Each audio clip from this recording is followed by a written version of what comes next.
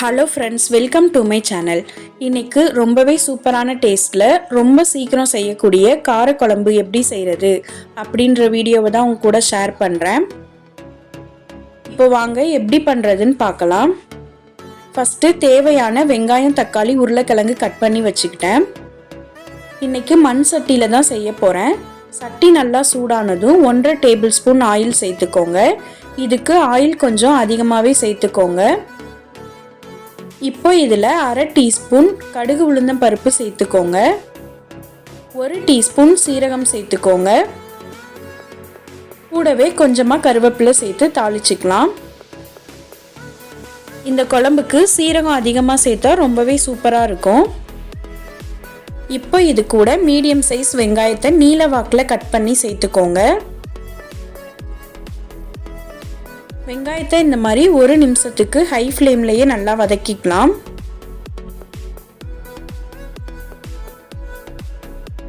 இந்த அளவுக்கு வெங்காயம் நல்லா வதங்கினதும் இது கூடவே மீடியம் சைஸ் தக்காளியை கட் பண்ணி வச்சுருக்கேன், அதையும் சேர்த்துக்கலாம். இது கூடவே கொஞ்சமாக உப்பு சேர்த்து அதையும் நல்லா மிக்ஸ் பண்ணி விட்டுருங்க. இப்போ இதை ஹை ஃப்ளேம்லேயே 1 நிமிஷத்துக்கு வேக வச்சுக்கலாம். வெங்காயம் தக்காளி நல்லா வதங்கினதும் அது கூடவே 2 மீடியம் சைஸ் உருளைக்கிழங்கு கட் பண்ணி வச்சுருக்கேன், அதையும் சேர்த்துக்கலாம். இப்போ சேர்த்து 1 நிமிஷத்துக்கு அந்த ஆயில்லையே நல்லா வேக விடலாம். இப்போ இது கூட குழம்பு மசாலா தூள் 4 டீஸ்பூன் சேர்த்துக்கோங்க. இப்போ இதை நல்லா மிக்ஸ் பண்ணி விட்டுறலாம். இப்போ இதில் குழம்புக்கு தேவையான அளவு தண்ணி சேர்த்துக்கோங்க. தண்ணி சேர்த்து நல்லா மிக்ஸ் பண்ணி விட்டுருங்க. கூடவே தேவையான அளவு உப்பும் சேர்த்துக்கலாம். உப்பு சேர்த்து நல்லா மிக்ஸ் பண்ணிவிட்டு இதை மூடி போட்டு மூடி வச்சுடுங்க. 7லேருந்து 8 நிமிஷம் நல்லா வேக விடலாம்.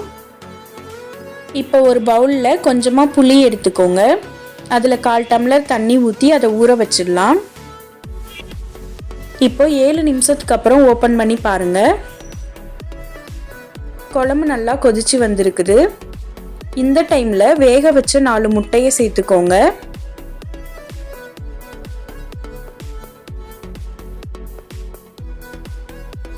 எல்லா முட்டையும் உள்ளே சேர்த்துட்டு இந்த மாதிரி மிக்ஸ் பண்ணி விட்டுறலாம். இப்போ இதை மூடி போட்டு 1 நிமிஷம் மட்டும் வேக வச்சுக்கோங்க. இப்போ இதில் நம்ம கரைச்சி வச்சிருக்கிற புளியை சேர்த்துக்கலாம். புளி சேர்த்து 1 நிமிஷம் நல்லா கொதிக்க விடுங்க. அவ்வளோதான், ஸ்டவ் ஆஃப் பண்ணிடுங்க. கொஞ்சமாக கொத்தமல்லி தழை சேர்த்து இறக்கிடலாம். ரொம்பவே சூப்பரான டேஸ்ட்டில் காரக்குழம்பு ரெடி ஆயிடுச்சு. நீங்களும் வீட்டில் இதே மாதிரி செஞ்சு பார்த்துட்டு டேஸ்ட் எப்படி இருந்ததுன்னு கமெண்ட்ஸில் சொல்லுங்கள். நான் போடுற வீடியோஸ் பிடிச்சிருந்தா லைக் பண்ணுங்கள், ஷேர் பண்ணுங்கள், கமெண்ட் பண்ணுங்கள். தேங்க்யூ.